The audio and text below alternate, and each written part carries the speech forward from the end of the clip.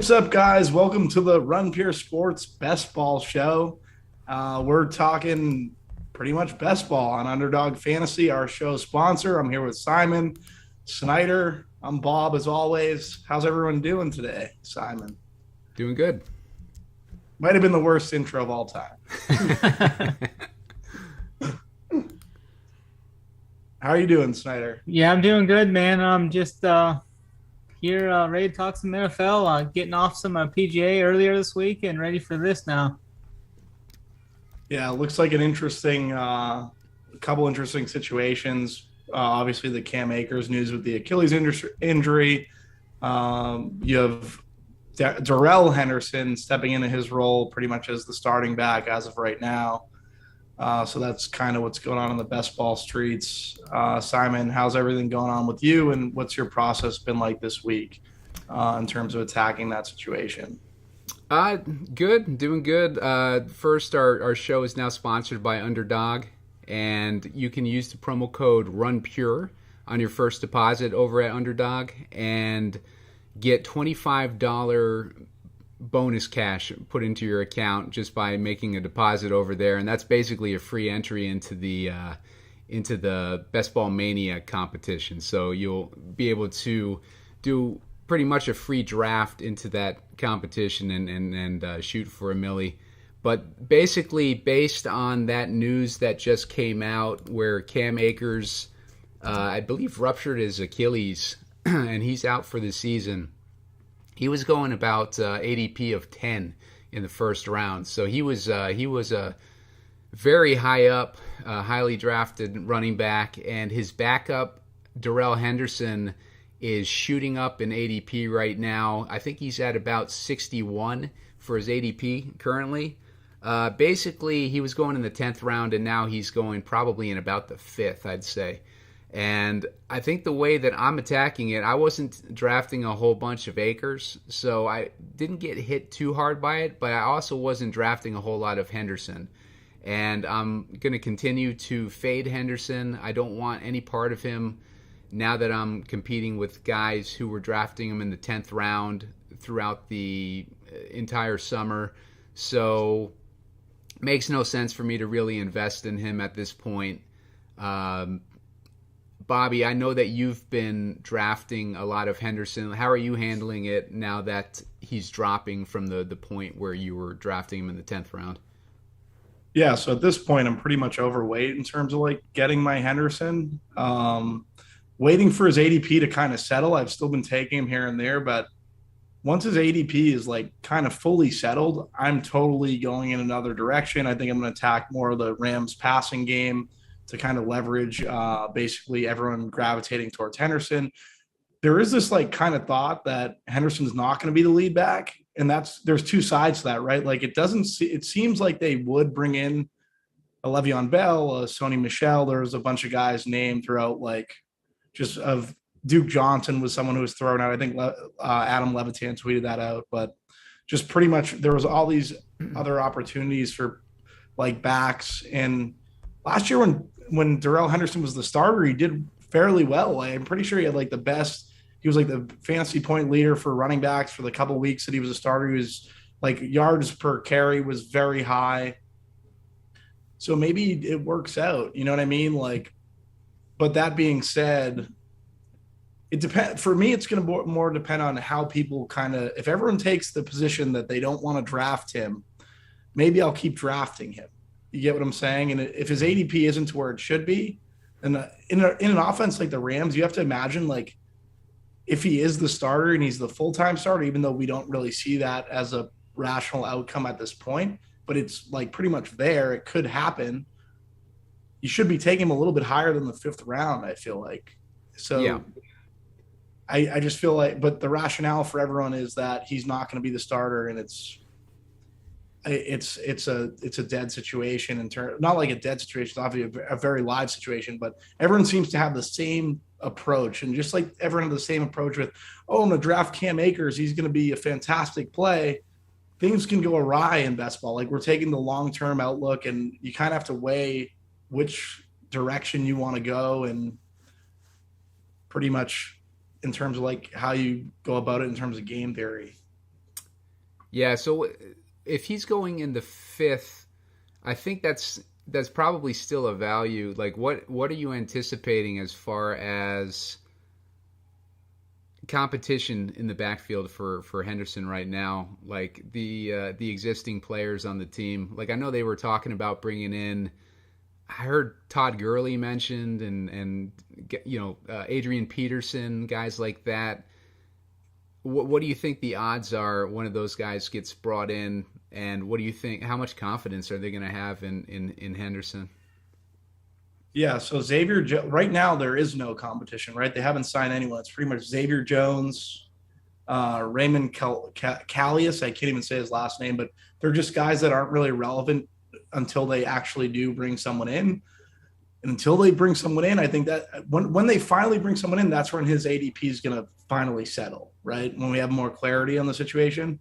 But right now, it's pretty much an ambiguous situation, which is leverageable in basically any drafting sport or best ball sport, where you're taking like this. You're pretty much trying to find. I just like trying to pinpoint where his value is going to be. His value could go a bunch of different ways, and I don't know. I'm right now. I'm kind of bullish on him until they pick someone up. Snyder, you have any thoughts on this? Yeah, right now I'm just I'm waiting for the dust to settle kind of a little bit. I really don't have a firm stance on this. I'm not sure if he's able to really shoulder a full workload, or I think that they will eventually bring someone in. Like, I think it will be like a split backfield type deal. But I mean, if I can still get him, like, I think like the sixth round or something, like, I'll take him. But I was taking a little bit of him previous, so I'm kind of waiting to see where the dust settles. I mean, if they're gonna try and give him the full workload, I think he's definitely worth of a good pick there in like the fourth, fifth round. But I think they will bring in like a Le'Veon or a guy like that, like a Duke Johnson or something like that. I think will happen. Yeah, Simon, you mentioned Todd Gurley. Do you think Todd Gurley goes back there? It's possible. I think just based on his history there. But I also think that the Rams are more familiar, obviously, with his knee issues than any other team. You know, they signed a huge contract with him. I think they were paying him like it was over $10 million a year. It was a crazy high contract, and year that they signed that contract with him, I think, is where those knee issues came up, and it got to the point where everybody was high on Gurley going into the season that he started slowing down a bit, and inexplicably, seemingly to everyone who was watching those games and who was high on Gurley, they started pulling Gurley out of the games, and Gurley was just getting less and less and less playing time, and everybody was like, what the hell's wrong with the coaches and everything like that. But the coaches obviously knew that his knee wasn't holding up. So I don't see why they would try to bring him back in knowing about this injury. And, after seeing what he did with Atlanta last year, he was not very good in Atlanta last year. I think he burned out probably quarter way through the season or halfway through the season, and he wasn't doing very good up until that point anyways. And I think towards the end he was only getting like 2-3 yards a carry for his average. So I don't really see the Rams, like being as elite as they are bringing in Gurley at this point. Yeah, they kind of left on rough terms too, didn't they? Like, it kind of got ugly there at the end, I thought. Yeah, it definitely got ugly there at the end. The Rams backfield like hasn't been a steady situation since that Gurley situation. It was kind of the over this whole entire best ball season. That was kind of like the overshadowing situation, was that Cam Akers was the definitive like stud to be. He was going to be the bell cow. And that was, to me, extremely leverageable, because if you think about this as like you're allowed a 150, if you think about like you're maxing this out, if Cam Akers is the chalk in a situation that is unstable, that can eventually be bad chalk. So that's why I got on Darrell Henderson where I was getting him. But now I have a certain amount of exposure to him. What do I do next? It's just fluid decision making after each decision. Who knows? I could totally crapshoot. Jalen Hurts could not be the starter by the end of the week. Whatever news is going on now, Deshaun Watson going to Philly. I have a lot of Jalen Hurts. I don't know. It could all go awry very quickly. But what's the cutoff for you? Like what round would Henderson have to hit for you to say, I'm not drafting any more of this dude? So first, I'd like to be able to see my exposures, but can't really do that at the moment. So, I'm waiting for them to sign a back, and when that happens, like his ADP will settle. I'm still taking him when I can get him, but once they sign a back and his ADP settles, I'm completely off. Yeah, completely off. Yeah, and by the way, if you haven't signed up for Underdog yet, this is the time to get in. Where training camp is starting, the news is starting to come in better. You're not at a huge disadvantage from the people who've been drafting early so far. Some people like to draft earlier just because they feel like it gives them a competitive advantage that they're drafting certain guys early ahead of the crowd. But at the same time, those players that you're drafting early, by drafting earlier in the year, you're also drafting guys that are going in the opposite direction and overpaying for certain players as well. So it kind of balances itself out. But once you go into drafting at this point in the game, you have only about a month and a half until the season starts. So you have plenty of time still to get your 150 lineups into that Best Ball Mania contest to shoot for the $1 million prize. But it's probably as good a time as ever to get in right now, I'd say. Yeah, I'm with you. And value is becoming more concrete, so it allows your decision making to be sharper just overall. As the season we're pretty much on the eve of the NFL. Was like, I think training camp was first day was like yesterday. Are teams back yet? The Cowboys started theirs yesterday. They just held a press conference, and I think other teams are going to be starting this week as well. I think it's just like everybody should be starting their camps before the end of the week, I believe, or at least before August starts, and that's about.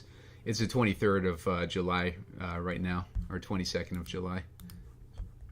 All right. So before we get into the draft, we get Dak. We just have to get some relevant news. Dak's been showing well in camp. Any of you guys bullish on him? Snyder, how are your feelings on Dak? Now you've been drafting a lot of Cowboys. Yeah, I like the Cowboys offense this year. I've seen some good things on that Cowboys offensive line's looking better this year. Smith's looking good. I like Zeke as well, and I seen they put Cooper on the PUP list to start the training camp. So I think that's going to drop him a little bit in the ADP, and we can start to see some more value on him. I had been attacking him early in this year. I like Cooper where he was going, and I think that's going to push CeeDee Lamb up too. So I think I might start, depending on how high he goes up, I'm going to start avoiding CD, I think, and just mainly going like, it'd be like a Dak, Cooper, and then possibly Zeke with him, But I definitely like the Cowboys offense this year. The only thing that worries me with the Cowboys offense, like I said earlier, is I think their defense is going to be much better, which could eliminate like a lot of that fourth quarter of junk yards and all that stuff, which I think will help Zeke as well there in the fourth quarter, as he'll be eating up the clock there late in those games as they're being in the lead rather than being down 3 touchdowns. Yeah, definitely more rushing opportunity if the Cowboys are a better team. Zeke looking ripped on IG. He looks insane. So maybe Zeke's back. I don't know.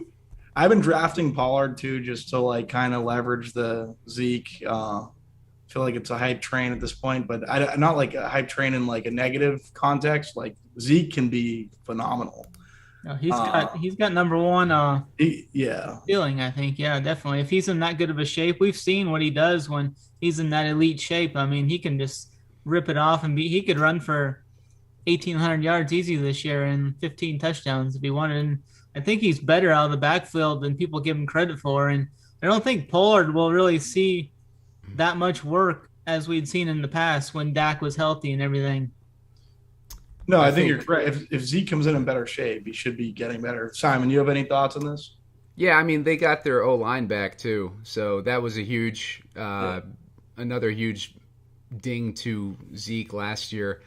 And, just getting Dak back and getting the O-line back, I think he'll be in much better condition as well. Obviously, like you said, he's been working out this summer. He's gotten he's gotten slimmer. He's gotten, probably his speed is probably improved. And he's not as lackadaisical as he was last season. So I think the more and more as we're getting towards the season, I'm getting less negative on Zeke and more positive on him. And I'm not as concerned about drafting him anymore. I'm moving him up in my rankings to like closer to like the 3 spot, because I think if you go McCaffrey, Cook, Zeke, and then I jump into guys like Kelsey and Hill and the receivers and stuff.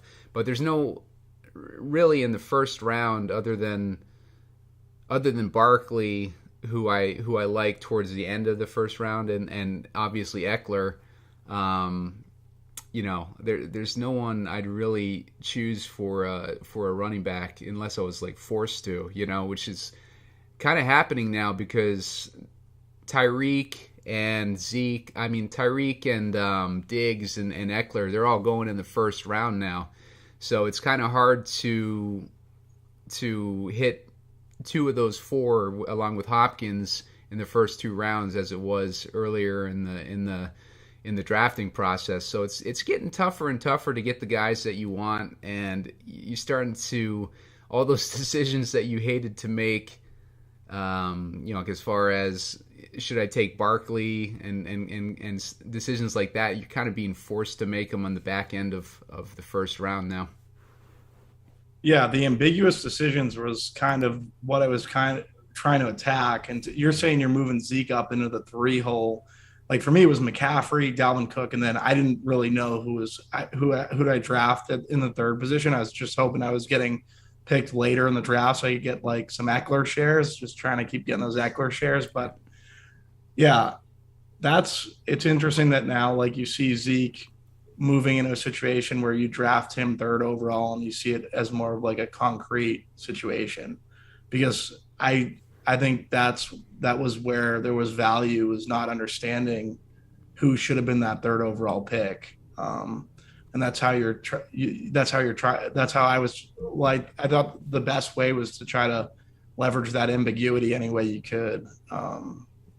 Snyder, what are your thoughts over on, you kind of hit on Zeke and stuff. Barkley on the pup list to start training camp. We should have transitioned. I missed the transition. Simon hit Barkley at the end of the draft. This is a new hosting for me, guys. Just bear with me. This isn't as easy as it looks. Holden makes it look a lot smoother. Barkley he's now not going 3rd overall. He's going later in the draft. Snyder, how are you attacking that? Yeah, I'm continuing to just fade Barkley. I've been off him kind of the whole time. I don't really know.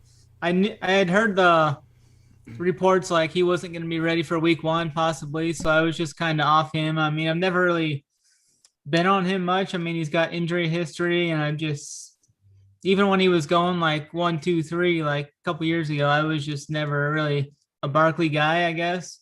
But I mean, he's a freak athlete, and I mean, he's definitely got the ceiling if you want to draft him and hope to get him towards the end of the year and have him carry you on to like a league championship or something.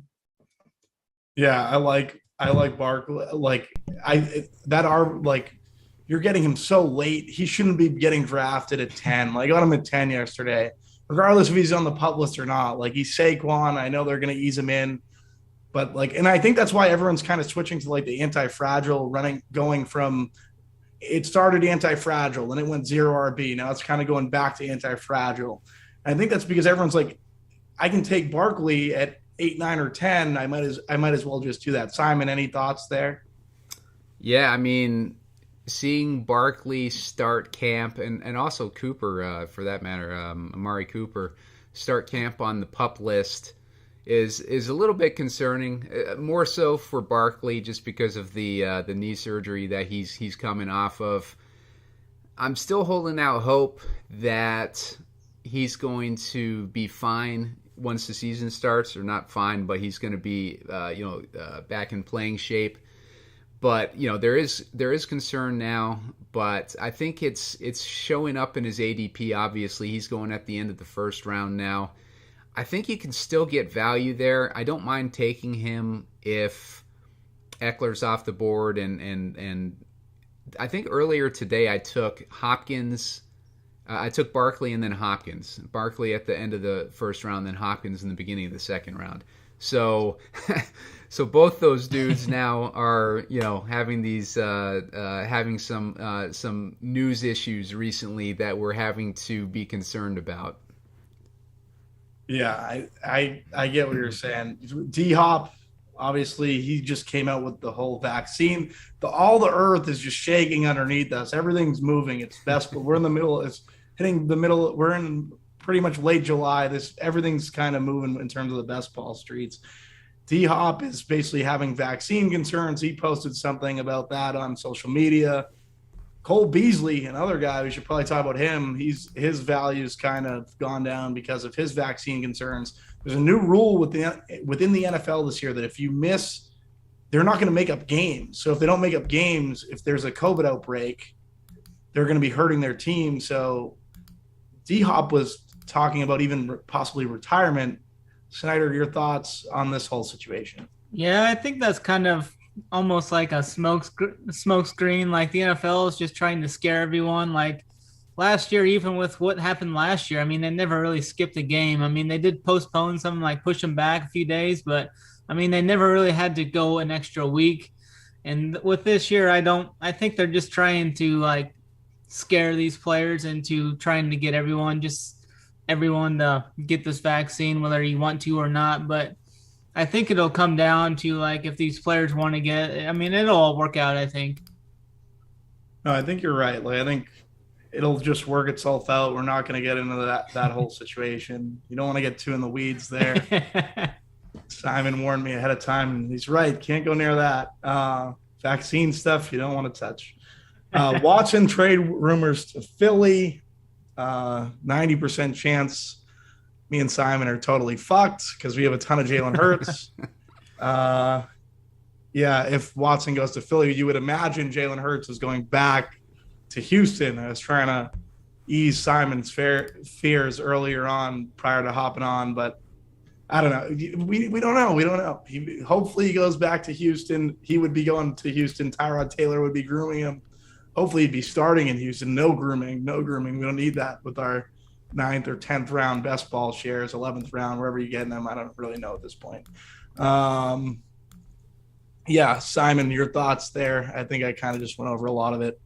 Yeah, the guy who's reporting that trade might be going down is Eagles sideline reporter. He reported also that Zach Ertz was not going to be showing up to camp, and he was right on that one. But he's saying that there's basically a 90% chance that if a trade were to go down involving Watson, then he would be going to the Eagles. And I think the reasoning is the Eagles have a decent amount of draft capital. They have several first-round picks, I think, next year. And so they basically have what they need to trade for Watson.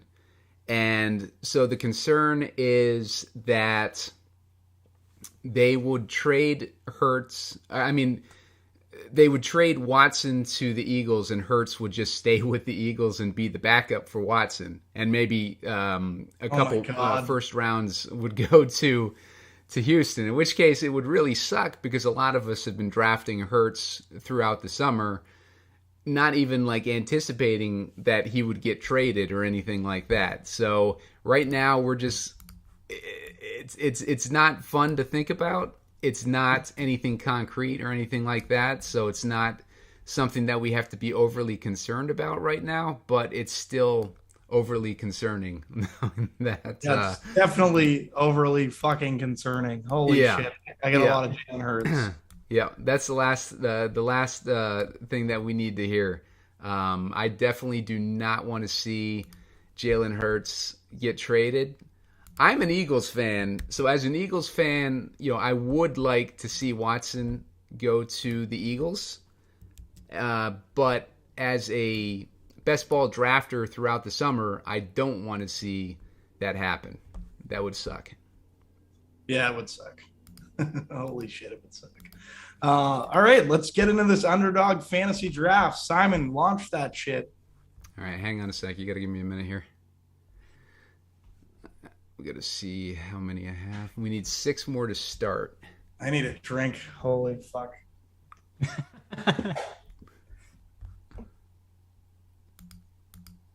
So we're waiting on this contest to fill right now. Currently, should fill relatively quickly. These have been pretty decent, like as far as the amount of time that it's been taking so far. Right now we're at 6 that we need.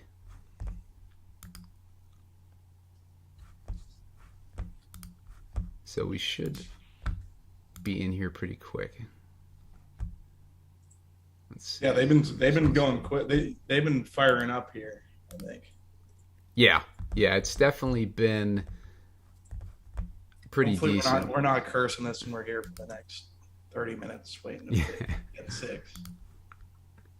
Yeah. So how many are you up to, Bobby? 25, between 25 and 27, I think. My phone's dead. Oh, okay. So I'm trying to figure it. I think around one of those 2 numbers. Yeah. I've been pretty much drafting since May, so I'm up to I've got about 100 into it at this point, and that's more than I know. It's more than I want to have right now, but it is what it is. You got the bug. Yeah, it's like I say, it's definitely addictive once you get started doing it. But I've done it every year. Maybe not this early. I think the first year that I really got heavy into it was the year that Lamar Jackson was going in like the 10th round before he broke out. I was getting a lot of Christian McCaffrey early in that year too, and I think he was going in like the bottom of the first and the beginning of the second round. I think Dalvin Cook was doing the same thing. So I was getting a lot of those guys, and like my teams, like I ended up getting like 30% of my teams through to the second round that year. And it was just like ridiculous. Like everyone I was drafting, just like I was drafting Chark in the 18th round and he broke out. I was drafting a lot of McLaurin. Like basically all the guys I was drafting just like hit. And then the first week of the playoffs, they all busted. Like they all decided to have like a crap week in week 12. I think it was, and all my teams except for like maybe 3 made it through to the third round. So no matter how well you do, how well you run, like during the regular season, when the playoffs come, if your team doesn't stay on fire, like we're a single elimination, then you're basically screwed. And our draft has filled. We are pick 7. So I like I don't mind being in that range. I like being in the middle. Davis Maddock, pick number 1 overall. I'll give him a lesson. Let's see. Who else is in here? Anyone we know? I don't see anybody else that I'm familiar with. So Maddock took McCaffrey number 1, right? Yeah. Thank you. Yep. Yeah. McCaffrey and Cook, they've been going off 1 and 2 throughout this whole process. Derrick Henry, he's a guy that I have not been drafting. Me neither. No, I've been off him as well. I've been off Cook also. That's where I see, like, is Dalvin Cook really going to play another full season? I've even been going Zeke too sometimes. I mean, I'm pretty high on Zeke this year. Like, yeah, I think Snyder sold me a little bit on Zeke. In addition to like seeing the reports on what kind of shape he's been in, I think I think for this draft, I would go Hill though before I go Zeke. Just because I like just to get those exposures correct. Yeah, yeah. I do need more Zeke exposure though, but let's see. All right, so Kamara just went. It's our turn. We've been talking up Zeke, but I'm gonna go with Tyreek. Boom bust there. Yeah, we'll save Zeke for the Snyder drafting episode.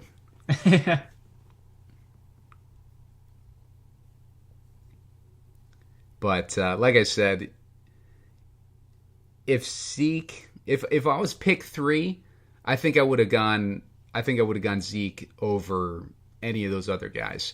But if we're in the mid rounds, I just lean more towards the receivers when I get to that point.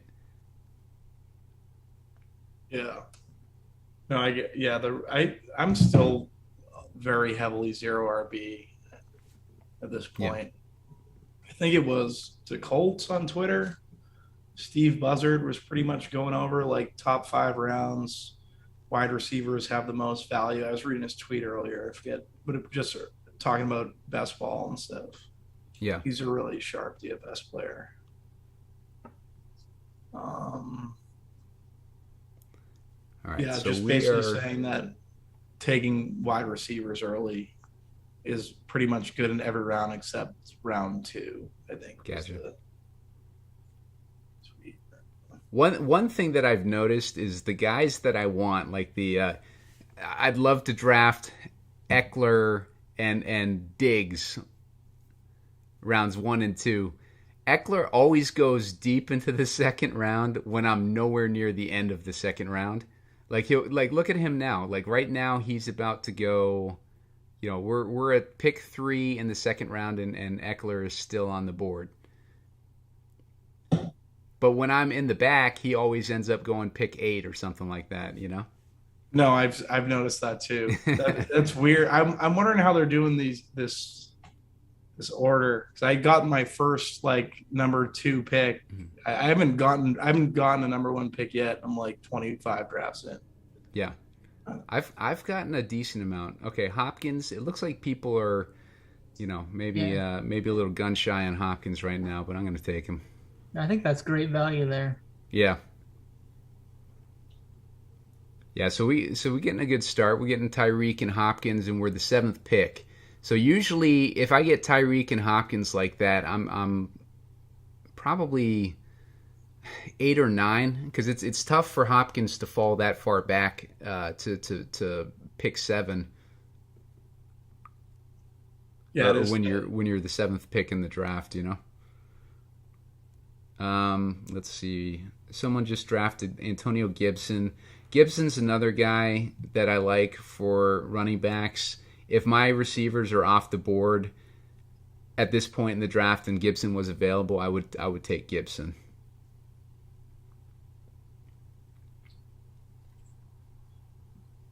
I like Gibson. I think, honestly, you're bringing Fitzpatrick there. I think people, for whatever reason, think they're not going to run the ball as much. Yeah. But we've seen what Myles Gaskin's numbers were if he had played a full season, over the course of a full season. He didn't get to that point, but if he had, they would have been very good. So I would imagine that a back like Antonio Gibson would have similar success. I think Gibson's much more talented than Gaskins, in my opinion. Yeah. All right, so Davis is up. He just took Michael Thomas. MT going a little later too, right? With the I like that value.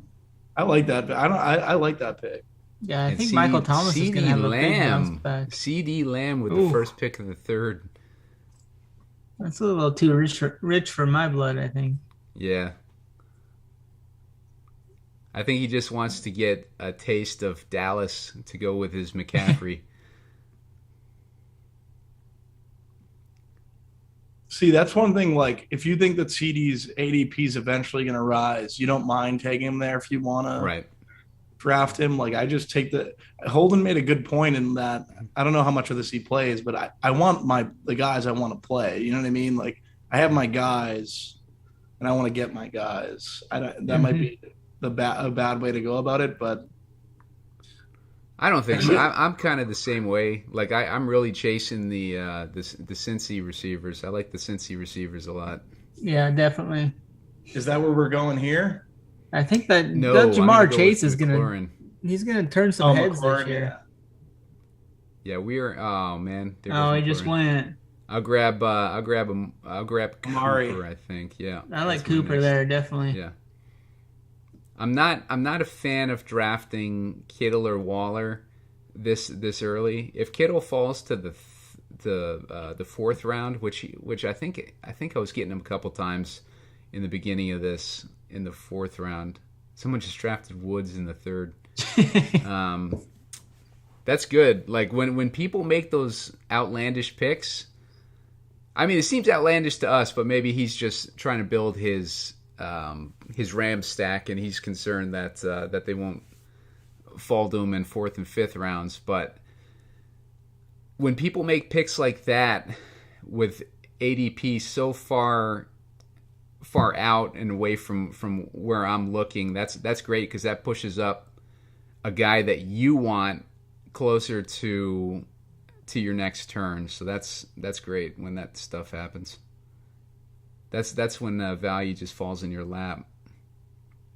So when guys make picks out of place, you're saying? Yeah, like I was in a draft where somebody took Adam Troutman in like the 7th round, and that draft I was getting crazy value on my picks. I actually recorded that. That's on an earlier video. It was a Patrick Mahomes lineup, and I was just getting I got Eckler at pick like 17, and I was just getting crazy value in that draft. That's one of my favorite teams, and I ended up having it recorded too, so that was good. Let's see. Godwin just went off the board. I'm not drafting Godwin and Evans. I'm kind of saving my Tampa love for Antonio Brown later on. He's much better value, I think. Where are you guys out on Dobbins? I'm kind of a Ravens homer, but I think he's got some pretty big upside with Ingram out of town. I think he's got. Oh, go ahead, Bobby. I think I'm on Henderson here. I don't know. I need to fill my exposures. I need to keep getting a little bit of Henderson. No, I get the Dobbins play, obviously. I like Swift. I think like if I was having to. Are you afraid of the Jamal Williams situation there? Anthony Lynn seems like he's pretty bullish on Jamal Williams. Yeah, a little bit, but like Swift in the 4th round is just that's to me seems like that's kind of a shit. Okay, so now I'm forced to make that decision. Do I want Swift? Yeah, I think I want Swift or Pitts. Pitts or Swift is who I'd lean here. I also have Tyreek, so we could go with a Patrick Mahomes stack. Yeah, you could go Mahomes there. Let's go Mahomes. Yeah, I like Mahomes. I like getting Mahomes. I don't mind grabbing Mahomes towards the middle to the end of the 4th because I'm pretty much grabbing my quarterbacks in the 5th round anyways with Murray, Allen, and Jackson. So to get Mahomes about a half a round earlier than the 5th, I don't mind that at all. Especially when the receiver that I was eyeing is already off the board. So my goal would to hopefully have Kyle Pitts or T. Higgins fall to me in this next round, but we'll kind of have to see how that goes. It seems like value is falling a little bit in this round. We might get some good picks throughout this draft. Yeah, it looks like we're getting good value. Let's see. T. Higgins, your guy, yeah. Yeah, T. Higgins. We're not gonna get to him though. Correct. Yeah. Where are we in the draft? I think T. Higgins. He just went off. Yeah, the board. we're 6 picks away. Yeah, we're 6 picks away. I'm not in a situation like this. If Miles Sanders falls to me this late in the 5th, I don't mind taking him. Kind of breaking the seal on running backs, because it looks like if you look at the wide receivers at this point, the next one off the board, at least on my rankings, is Odell Beckham, and I'm not too enthusiastic about him or Robbie Anderson. I think with Miles Sanders too, if Watson did end up on the Eagles, I think that's more of a boost for a guy like Sanders. Yeah, definitely. And then we could take Watson in the 18th round later on and just grab him as a QB3. Because he's Sanders been going probably being undervalued anyways, correct? Like who's the new coach in Philly? Yeah, this is getting too late. Yeah, at this point, Sanders, if he makes it to 5-7, then there he goes. There he goes. So who do you guys prefer between Beckham and ETN? Deontay? You like Deontay?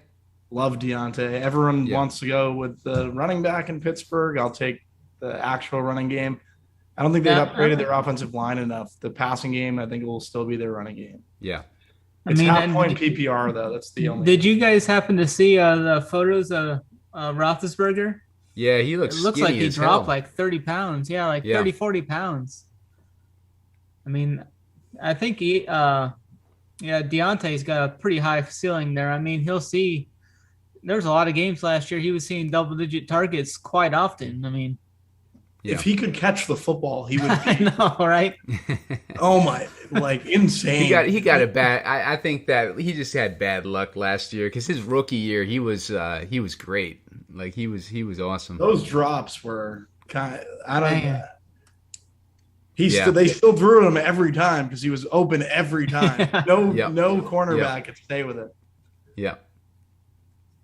He probably just wasn't used to those accurate throws coming to him after playing with the scrubs he played with in his rookie year.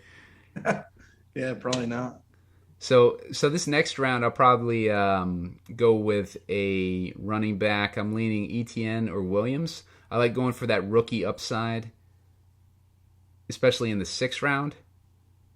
I like Javonte.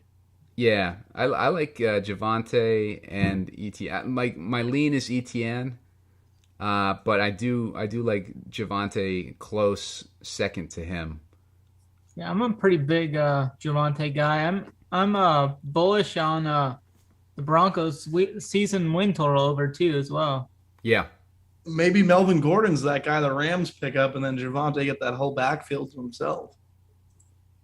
That could happen.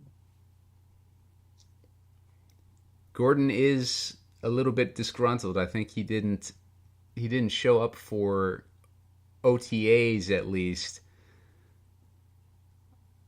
I don't know if he showed up for camp yet. He probably has, but I remember hearing there was some controversy that he didn't show up.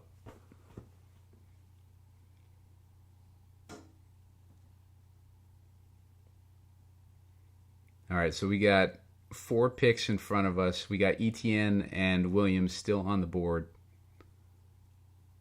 There goes Beckham. This guy has 3 running backs that's about to pick, and he just picked a wide receiver. So we got a good chance of one of those dudes falling to us. But yeah, you're definitely getting one.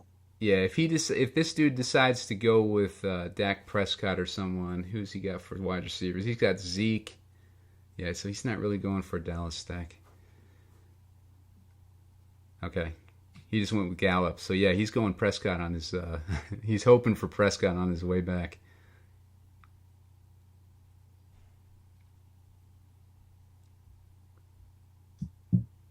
This guy is probably going running back. Unless he thinks he's thin at receiver.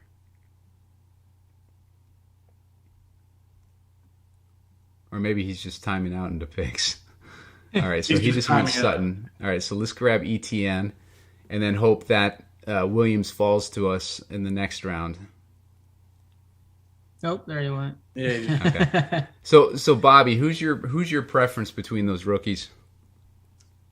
So everyone's on ETN, and I love ETN, but I've been taking more James Robinson because I think team infrastructure within like an NFL organization, like James Robinson's just not going away, and his ADP is too low for what his actual potential is. Gotcha. I think I'd prefer between Williams and ETN. I think I'd prefer ETN, but I also very much so like Williams. I'm for whatever reason I'm still taking James Robinson though, and I have more Williams than I have ETN. One thing that we want to be concerned about or conscious of is bye weeks, and right now we have receivers. Two of our stud receivers are on week 12 buys, and 2 are on week 7. So I definitely want to get a couple more stud receivers in there to kind of mix those buys up a little bit. Yeah, I had a bad week 7 bye team. This week 7s are the worst this year. There's so many good teams. There's a lot of good players on week 7 bye. Yeah. My hope is that Debo will fall to me. I love Debo. I like Debo for sure. Yeah. I also like Cooks, just because there's not a whole lot of target competition there. Yeah, not at all. Other than Nico Collins and, Tyrod, known as a running quarterback, but he's also getting very old.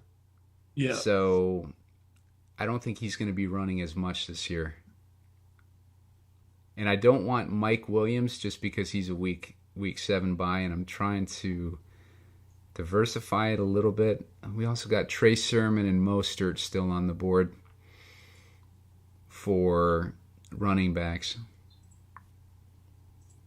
What about I'm kind of liking Pittman down there, Yeah, the I was gonna receiver say later Pittman. on. He's kind of he's kind of jumping up the ADPs lately, I think. Yeah. I like Pittman as well. I've been drafting Yeah, we a lot of Pittman. can put him in the queue too. Damn it. God damn it. Oh, that sucks. Oh, you lost Debo the pick brutal. before. Yeah. I might go Gaskin here. Jesus Christ. Yeah, Let's Gaskin's see. got some good upside. I might go Gaskin here. And then go Cooks or Pittman in this next round.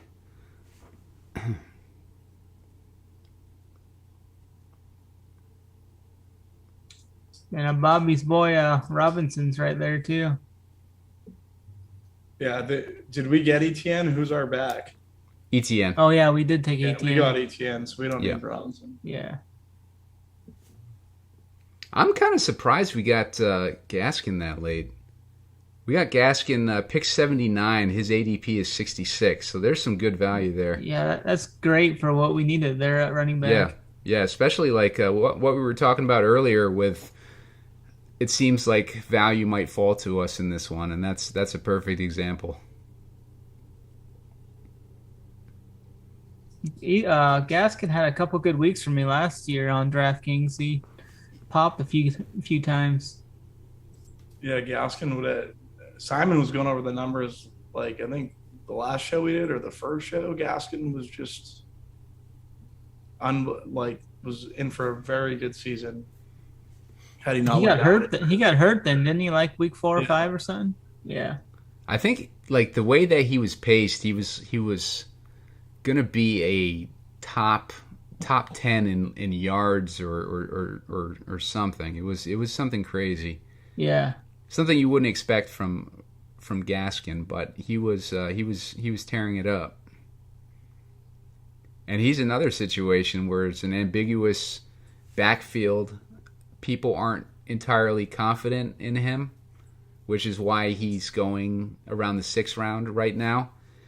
But really, when you look behind him, he's got Malcolm Brown, I believe, and he's got Salvin Ahmed.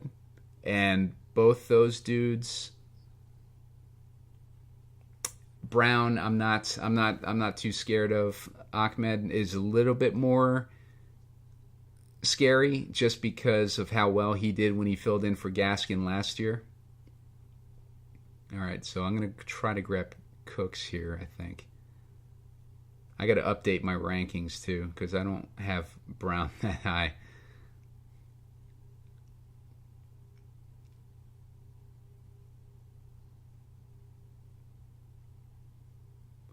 So this guy has 4 wide receivers already. We'll see what he does. All right, there we go. He gets rid of Brown for us. All right, we'll take Cooks. How's we looking on our bye weeks? We got 2 12s, 2 7s, and a 10. So we're in good shape with our running backs. I like how we're looking with our receivers. Where is Mecole Hardman? Maybe we do a double stack if it comes back to us. Yeah, I like Mecole there. This is I like a lot of receivers in this range. I like obviously Parker, Pittman, Waddle. I don't mind.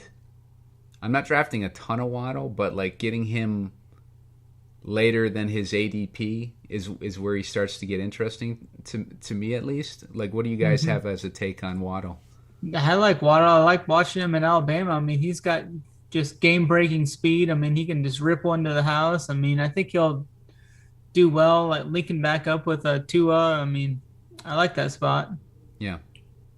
I like Waddle also. I like Parker also. The issue is for me, Tua. Like, is he going to take the next step? Yeah, for sure. That's one thing that I'm a little worrisome about. There goes Hardman, so that's off the board.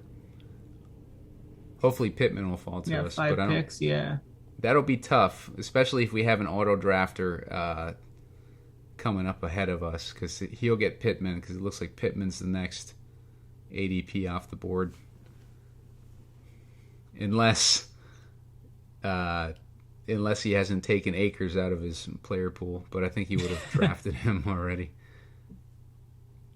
I don't know how Underdog works that if Akers gets hurt, do they just like wipe his ADP off to make sure that nobody? No, they've been leaving him. Well, at least the drafts I did, he was still in there.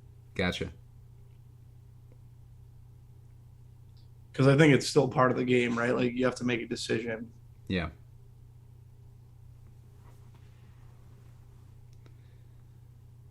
So hopefully Waddle will fall to us. Then we'll have a couple Dolphins at that point, and we can start thinking of Tua. I'm kind of opposite of you, Bobby. I've been taking a lot of Tua this year. A lot of Tua, yeah. Yeah. Not like a lot, but enough to make probably about like 10% exposure. I liked what you were doing with Debo and then trying to get Trey Lance later on. I know Trey Lance has kind of been going. Yeah, like people have been drafting him more on that kind of structure, but I like that structure. Carter just went at 102. So let's grab I'm going to grab Mooney here, and then we can try for Lance on the back end. I also like Bateman, Elijah Moore, and who's the other one? Who's the Rondale Moore as rookie receivers around this range. Bateman might be the best receiver that Lamar Jackson has had to throw to. Like, what do you guys have as a take on that? Snyder, you're a college guy, right? Yeah. Bateman, he looked like real well. Like Minnesota, they didn't have the best quarterback there, so he was getting like some bad throws. I mean, he was adapting really well in the air. I mean, he can go up and get it. He can run all the routes on the field. I mean, I really like his I'm pretty high on him this year. I think he's going to pass up Hollywood Brown like nothing here in camp here. Yeah. What do you think, Bobby? Yeah, so I think there's intrigue for me within the Ravens passing game. And it more has to do with the idea that people I feel overstack in best ball, and you can't really double stack Lamar, right? Like Right. his passing yards prop is like 100. It averages out at like 180 a week. So like there's no room for like two receivers to hit the bonus, at least on DK. So but what I think is I think single stacks I'm fine with, and I don't need to force the double stack. So I think the Baltimore passing game maybe being under, like, it's probably being a little bit undervalued. So if you like Bateman or you like Marquise or you like Andrews for that matter, stacking them with Lamar, I think makes sense. Yeah, I'm high on Andrews and Bateman for stacking. I think the Ravens individual stacking, not. I like putting them all together because you can get Bateman so late. So it's basically almost like a really cheap stack there. You can get Andrews the 5th round and. Yeah, but so that's the thing is like I guess it's different over like an entire season, but they can't. Yeah. Their ceilings are capped because of what their actual offense is. Like their projected passing yards per game for Lamar every week last week was like 180 yards. So, yeah, well, I mean that's I mean you also have to figure in that the Ravens had the highest drop rate by receivers in the league last year. I mean, Lamar wasn't getting any help by any of his receivers. I think the drop rate was like 17% or something they were dropping passes on, so that was really hurting his yards too. But their passing game it hasn't been developed enough, and it's just not. They don't throw the ball enough. They're running the football a good majority of the time. So, like double stacking them is kind of counterintuitive. But I guess it could make sense if you're doing it within a best ball format because you're gonna get those spike weeks when it happens. You get spike weeks of 1 or 2, but then you're also sacrificing value somewhere else. You can make the argument. Yeah, say that. I would just kind of lock in on one personally, but yeah, I hear you for sure. I get what you're saying though. Like they can take the step forward, so it's not like we're playing the game in 2020. It's 2021, a new year. Things can change. I just wouldn't be overly bullish on their passing game. And I think there's leverage where people are overstacking in this format. When if you play a cash game in DFS, like you don't double stack, like you're playing 12 mans. You're trying to win 12 mans, cumulative points. Like you want double stacking is kind of counterintuitive in that sense. Like you might as well just take a single stack. And I think that's where the Ravens passing game, I think there's value there. At least some arbitrage value there. I agree for sure. All right, guys. So we ended up taking Trey Lance. We're coming up on a choice of Bateman, Rondale Moore, and Melvin Gordon is who I have in my queue right now. Melvin Gordon, like he's just plummeting. Yeah. And I don't really like this reminds me of his second season where the whole bandwagon just fell off for poor Melvin Gordon, and everybody was just bashing him, and then he ended up like having a great season. Like right now, he just went. So never mind. I'm grabbing Rondale Moore. But I think, Gordon's got like a $9 million cap hit if they like let him go. I thought I'd seen too. Right, so they have to deal him, right? Right. I think so.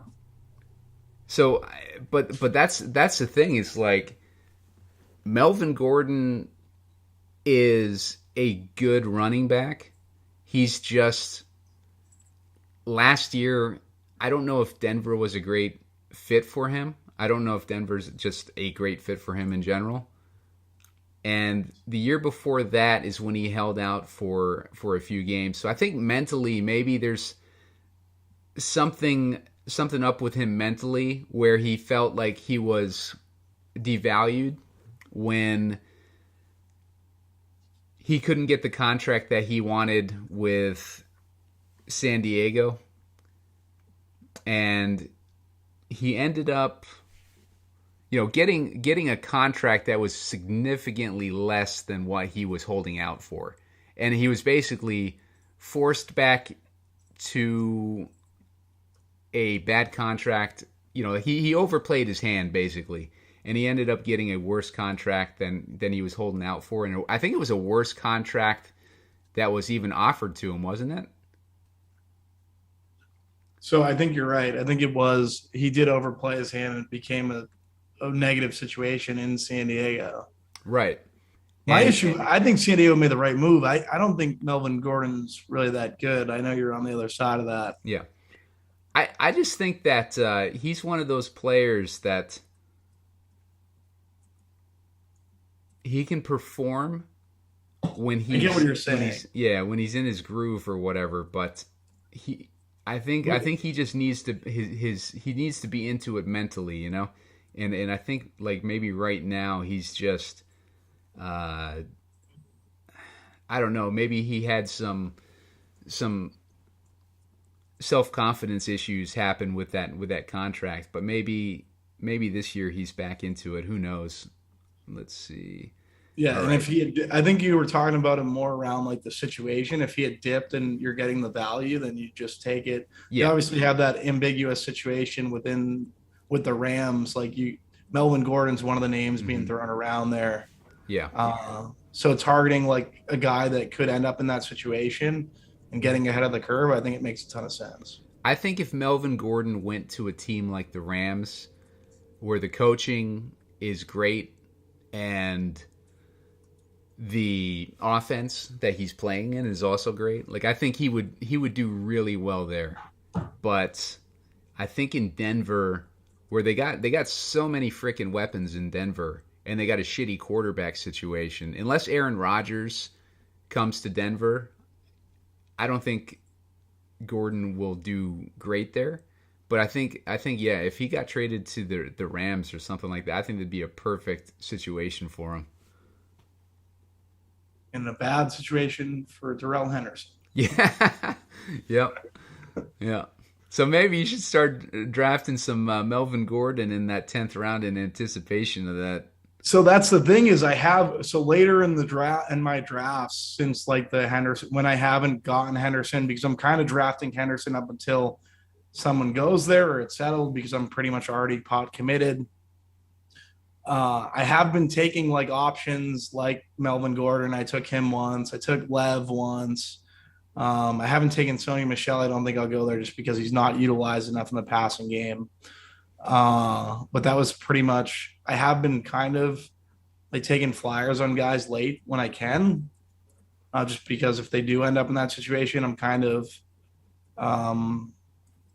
hedging myself, I guess. Not really a hedge, but a very small hedge. And who knows? They could be worth more than what the ADP is that they're at right now if one of them signs with the Rams, which I imagine they would, ending in a McVay backfield, whoever it may be.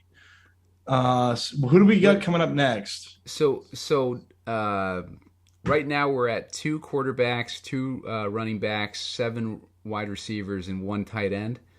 Right now I'm leaning Jamal Williams. I'd be going Madison here. Madison, yeah. I like the Madison upside. I think you're right. Yeah, as soon as I said Jamal Williams, I knew that Bobby was going to hit me with Madison. If Cook goes down, and we're not supposed to play this way, we're not rooting for injuries. Yeah. But if Cook goes down, it's Akers was the chalk, and I feel like Dalvin Cook's the outside of McCaffrey. Dalvin Cook's like the secondary. Every number 2 pick, he's being taken. Yeah. If you take Madison, you're leveraging it, and he's walking into a situation where he's getting the rock 30 times. They're built. They want to run the football. That's all they want to do. Zimmerman, stuck in the Stone Age, wants to run the football. It just makes a ton of sense to get some Madison exposure. No, and it makes a lot of sense too. As in, with Jamal Williams, best upside we're hoping for is maybe he catches a couple touchdowns in the game or something. But with Madison, we're looking at a potential, taking over a huge role, and we've seen what he can do when he takes over that lead back role in Minnesota before. Yeah, he's proven that he can take over that main role and he can run with it and do well with it. Yeah, I really like Madison. But if Williams comes back to me, well, I think next round I would go Cole Kmet. I'm feel pretty good about him this season.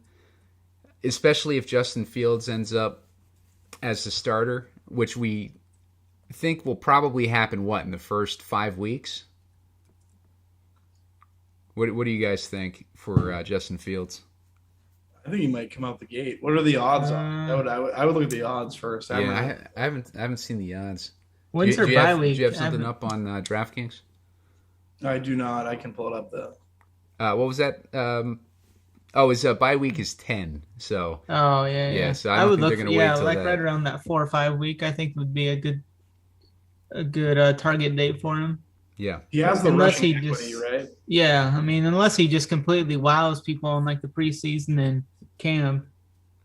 Yeah, and rookie quarterbacks with a propensity to lean on tight ends a little bit, but Cole Kmet was showing a little bit of upside last season, so there he goes anyway. So I think Kmet was like chalk, like 2 weeks. A good 2 or 3 weeks is like that punt value tight end. I could be totally wrong, or at least 2 weeks. All right, so we're getting team futures, player futures. We're running pretty thin on wide receivers. I might go Diami Brown. Like, who do we have for quarter? What do you guys think of Ferkser? Are you still on Ferkser? I like Ferkser. Like, all right, sold. Is he the? If you're leveraging like Henry teams and you're playing that Tennessee passing game, that's the other thing is I think Henry could end up being bad chalk as well. Like Akers was one, Dalvin Cook and Henry are like the 3 guys that I'm trying to leverage in any way I can, because I feel like the industry is just super bullish on was super bullish on Akers, and now the other 2. They're all the Akers people are going to move off to the other 2, and the other 2 are fragile, right? Like, yeah, Darrington Evans, his ADP's been rising as well too, so I think he's getting some steam. Yeah, Simon was the first one who put me on Evans. I've been hearing Eric Beimfor talking a lot about him, a lot about Evans. I don't know if you listen to his podcast and stuff, but he's super high on him. I was drafting Evans just because. I'm betting that Derrick Henry. I don't think he's gonna hold up this season. Like, because he's had 2 years in a row where he's had had to be 300 touches. Like, yeah. and you look at the history of running backs coming off 300 touch seasons. I'd have to go back and look at his stats to see exactly how many touches he had last year. But, I mean, if you look at the history of guys who have that amount of volume, they just don't hold up. And as much as we love Henry, and he's a fun player to watch, it's really like he has to put out a ton of volume just to meet the fantasy demands of being, like a fourth overall pick. So it doesn't really make a lot of sense to draft him, to me. And I would rather, if I'm not going to draft him anyways, I would rather take the opposite side of that bet and go with a guy like Evans and the receivers. Like I was drafting a ton of A.J. Brown in the beginning when before Julio got traded there. I kind of slowed down after Julio got traded, but I'm going to probably pick back up a bit. I still grab him occasionally, but I just not as sold as him right now as I was earlier. Right here, I might look for a running back. I'm gonna try to. I want to get Ty Johnson here. I think. Well, he's 211. Who just got picked here? 174. So we're getting close to 211. I'm not gonna draft him yet. Let's see what kind of running or wide receivers we have. All right. I might go with Austin Hooper here just because I want to have a third tight end. Yeah. In this build. Because my tight ends right now are Adam Troutman, Anthony Ferkser, and now Austin Hooper. I wasn't entirely sold on Ferkser, so I don't mind taking a third tight end. Normally I would try to just go 2 quarterbacks and 2 tight ends in a build like this, but since I waited a little bit too late to grab my first tight end. I want to kind of give myself some pad there. And I'm not seeing a lot of good value on receiver right now. So I might just wait till the next round until I start worrying about that. I figure I might as well grab a third tight end now while I still can get someone who's viable, you know? Yeah, going back to that Evans just real quick. I was listening to a podcast last season, like entering the season, and this big sports trainer, I can't remember his name, but he was like, hold this big camp for like many of these big studs were going there. And he said Darrington Evans graded out top 5, like overall best athlete in that camp, he was saying. Yeah. Yeah, that's some good insight on Evans. I just seen you click Byron Pringle, Simon. Yeah, adding him to the love queue. Byron. I love me some Byron Pringle. Yep. Love me some Byron Pringle. Got to get Byron him in Pringle. the queue. Byron Pringle's in a. I don't know why more people aren't talking about Byron Pringle. Oh man, I am tempted, especially late. I'm tempted to draft McKinnon here, just to go with that Mahomes stack. I like that. Makes a ton of sense. Taking Jarek. Yeah, I'm gonna grab Jarek. I was gonna make it a 4 running back build. I hope we can get Gio as well. Can we get Gio? I think Gio's off. He's still there. No, he's still there. I don't. Yeah, man. Like he might assume the James White role. Yeah, I should have drafted Gio there instead of McKinnon, but I mean that's one of those situations like. Could get both. I want to stack, but I shouldn't stack. You know what I mean? Like that was the overstacking. Yeah, no, that was definitely more of a Geo type. You never know though, because you might totally luck box into a situation where you get. Well, I mean, it makes sense, doesn't it? Like, because if you look at what the Chiefs could not do last year, is they could not perform in the red zone, and they were, I think, having trouble with passing to running backs. So you got to figure there's a reason why they brought in McKinnon. McKinnon had, I think, like 68 receptions last year.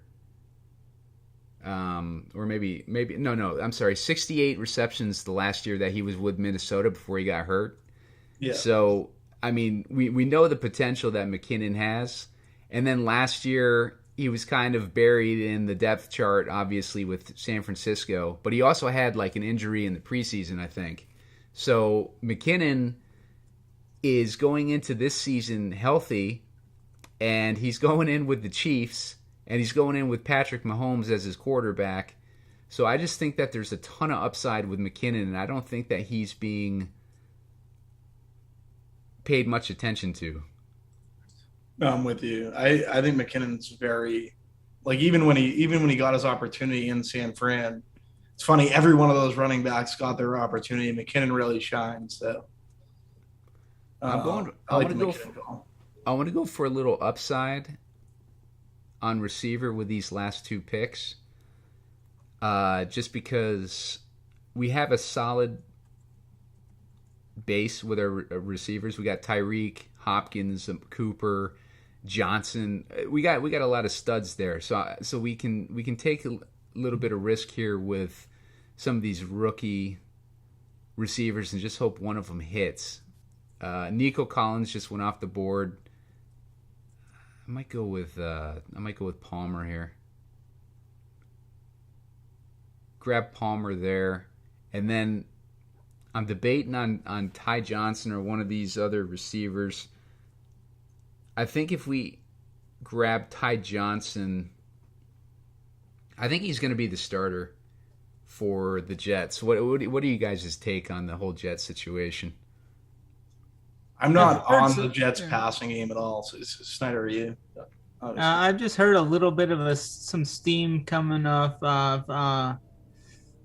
It's either been Ty Johnson or Davis, Michael Davis, right? Mike Carter. Or Michael Carter, yeah. Right. Yeah, I've heard some steam on him. Like I was listening to a podcast the other day, and they were talking up how he was projected to have a chance at the lead role. Yeah, I think with Carter, we're looking at a 6th-round running back with the Jets versus, well, there goes Ty Johnson, so we don't really have that choice anymore. We get the best guy of the three. Yeah, I think with Ty Johnson, in the opportunities that he got last year, he did well. So I think, you know what? Let's grab Darrington Evans. So I think with Johnson, there's definitely a ton of potential for him to land that starting gig. I think competing against a 6th-round rookie running back and a dusty old Tevin Coleman, I just think that Ty Johnson, like with being a younger back and having success with the Jets last year, I think he can win it out in camp. I'm just interested in keeping track of that backfield. You're talking about ambiguous backfields. So that's a perfect one to keep an eye on. And Evans just went off the board. Especially with Salah there, they'll probably employ like the zone blocking scheme like in San Fran. So you would imagine with a rookie QB they're running the football a ton. Do you think they'll look at how North Carolina used him and look to run like a split backfield, kind of like that? I mean, he came in and he showed his burst. He had some good opportunities there when he was splitting that backfield. Possibly, like they have Ty Johnson there. So like the team infrastructure is what it is. It's the NFL. Like guys aren't going to lose their jobs right out of the gate unless it's like an athlete that's coming in that's blowing everyone away. Like Michael Carter is a good back, but Ty Johnson isn't going to go away. So what do you guys hear? Playing him that way. Okay. Oh, you know what? I'm going to go with Byron Pringle. Just finish it up. I love Pringle. He's my favorite. Pringle's like my last pick in every draft. Cool. Yeah, he's got some big upside for sure. All right, so not too bad. We ended up with Mahomes and Lance. I think our quarterbacks are as good as we can get there. For running backs, we went with only 4 running backs. We went with Etienne, Gaskin, Madison, and McKinnon. So it's a little bit shaky. I should have grabbed another running back instead of loading up on another receiver there. But our receivers, we got Tyreek, we got Hopkins, we got Cooper, we got Johnson, we got Cooks, we got Mooney, we got Rondale Moore, we got Josh Palmer, we got Byron Pringle. So we're stacked at wide receiver and quarterback. And then our tight ends, a little bit shaky. If Adam Troutman ends up breaking out, then we're in good shape. Doubled up on our week 13 bye week with Ferkser and Hooper. But I think Hooper's a little bit too undervalued this year, even though I'm looking now and I reached for him with my ADP. He was at 186 ADP. We grabbed him at 175, but I still think that's pretty good value on him. And yeah, all these other guys, like I'm happy with the wide receivers. I'm happy with our quarterbacks. And if you look at the value we got on the first 2 running backs that we took, I think overall it's pretty decent team. Yeah, I like the overall construction. Like Mahomes, Trey Lance up top, and then Etienne, Madison, Jarek McKinnon, Gaskin, who I think is severely undervalued at this point in terms of like ADP, Tyreek, D-Hop, which whatever the D-Hop situation is, like I imagine he plays, fingers crossed for all of our exposures.